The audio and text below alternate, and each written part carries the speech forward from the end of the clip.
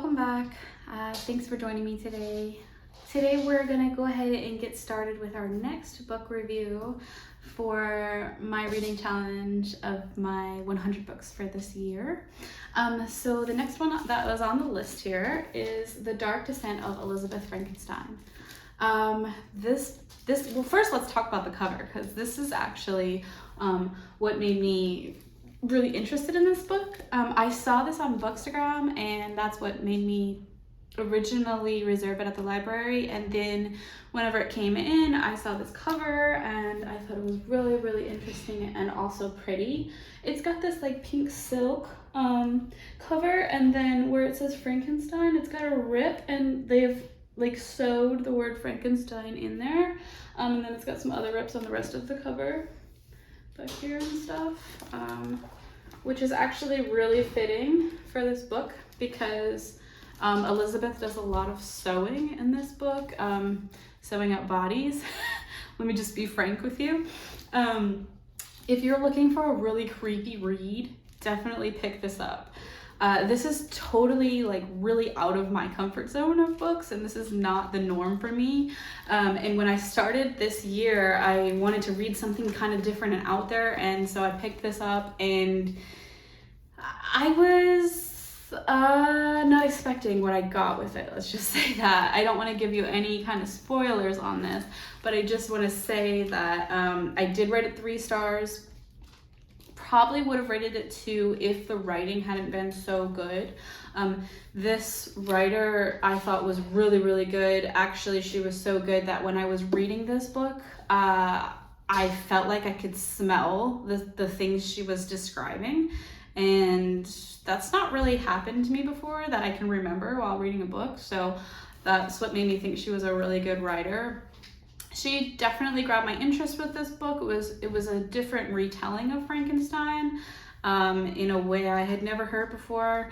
Now, I'm not like super familiar with Frankenstein. It never was like a big thing for me. I never read any Frankenstein books or anything like that. So I guess probably going into this book, like having that in the back of your mind that I didn't read any of them would probably make me think that this was super interesting and then like a totally new spin on it and that type of thing. But if you've read them, I've read other reviews about this, and other people have said like if you have read other retellings, it's kind of similar. But if you're interested, I would recommend this. However, it has a lot of gore, so much so that I almost put this down and stopped reading it. I am glad I pushed through though, because at the ending of this book was definitely the best part, and I thought that it ended up being pretty cool at the end. It probably picked up for me, like with the last 150 pages of it is where I was like, oh, this is actually pretty good and I want to find out what happens. The beginning for me was incredibly boring. I'm just going to be honest. And that's what kind of made me want to put it down originally, but I was intrigued to keep going with it because, like I said, it's something different for me to pick up and I wanted to stick with it. And I am glad I did, and I would still recommend it, but for me and very in particular, not really liking to read stuff like this. I don't really like to read gore at all. So that's probably why I would give it a lower rating than somebody else might. But it still was a good book, and it still was written really, really well. So yeah, I hope that I kind of summed this up for you. Elizabeth is the main character in this book.